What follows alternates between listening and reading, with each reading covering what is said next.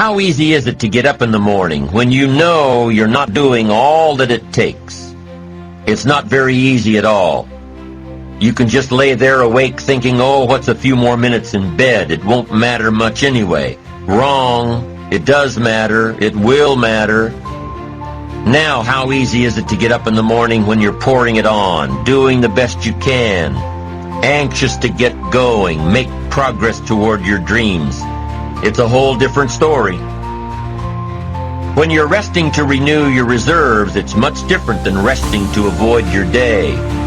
When you're psyched up and excited for your life, when you're excited for what you've planned to accomplish for the day, it's amazing. You'll wake up before the alarm clock even tries to startle you awake. Your successes fuel your ambition. Your successes give you extra energy.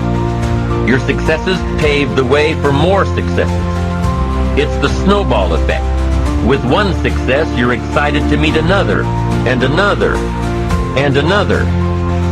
And pretty soon, the disciplines that were so difficult in the beginning, the disciplines that got you going, are now part of your philosophy.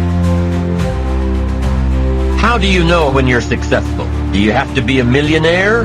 No. All we ask of you is that you earn all you possibly can. If you earn $10,000 a year and that's the best you can do, that's enough. God and everything else will see to it that you're okay. The key is to just do the best you can. If it's $10,000 a year, wonderful. If it's $100,000 a year, wonderful. If it's $1 million a year, wonderful. It doesn't matter, 10,000 a year or 1 million a year. It doesn't matter as long as you've done the best you possibly can. Earn the most you possibly can. Be the most you possibly can. And here's why. The essence of life is growth. The essence of life is growth, to do the best you can. And here's what's interesting. Humans are the only life form that will do less than they possibly can. Humans are the only life form that will settle for less. Every other life form except human beings strive to its maximum capacity. How tall will a tree grow? Approximately. As tall as it possibly can. You never heard of a tree growing half as high as it could. No, trees don't grow half. Trees send their roots down as deep as possible, stretch their limbs up as high as possible, produce every leaf possible and every fruit possible. As a matter of fact, you never heard of a human physically growing half. We keep growing until we're done. Now that's a part of life we can't control. It's genetically coded. And that's probably why we keep growing till we're done. Because we can't control that part. It's the rest of our growing that we control. The growing of our minds, the expansion of our minds, that we can control. And that's what tends to get away from us. All life forms inherently strive to their max except human beings. Now, why wouldn't human beings strive to their maximum possibility? Here's why. Because we've been given the dignity of choice. It makes us different than alligators and trees and birds. The dignity of choice makes us different than all other life forms.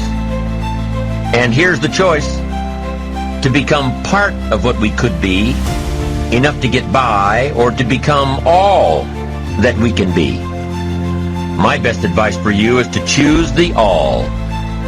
Earn all you can, make all the friends you can, read as many books as you can, develop as many skills as you can, see as much as possible, do as much as possible, make as much fortune as possible, give as much of it away as possible.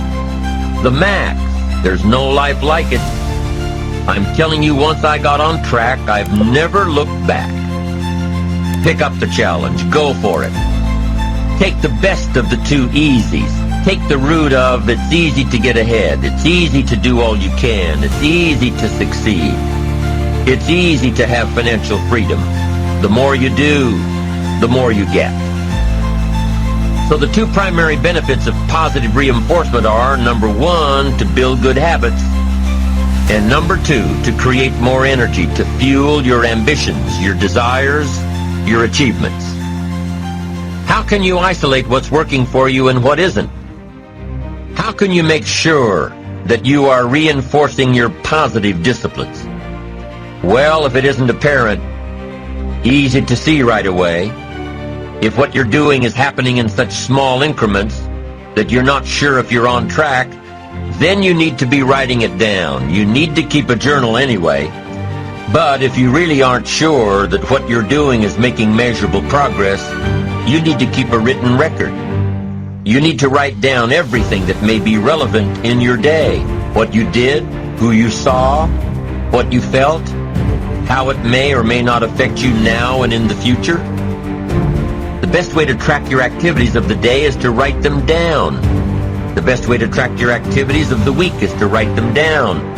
The best way to analyze your progress through the year is to have written it down. Why? So you can look back on it.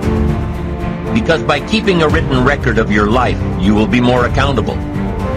By putting into writing the action steps that you have planned, you will easily see what works and what doesn't.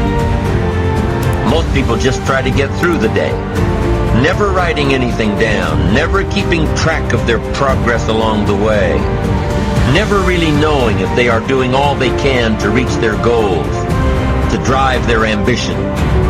But gifted people learn to get from the day. They don't let a day end without picking up some valuable experience, some emotional content, some idea that may positively affect their future. To get the most from a day, to learn the most from a day, you need to be able to reflect on the day. And how can you reflect on a day unless you record it in history?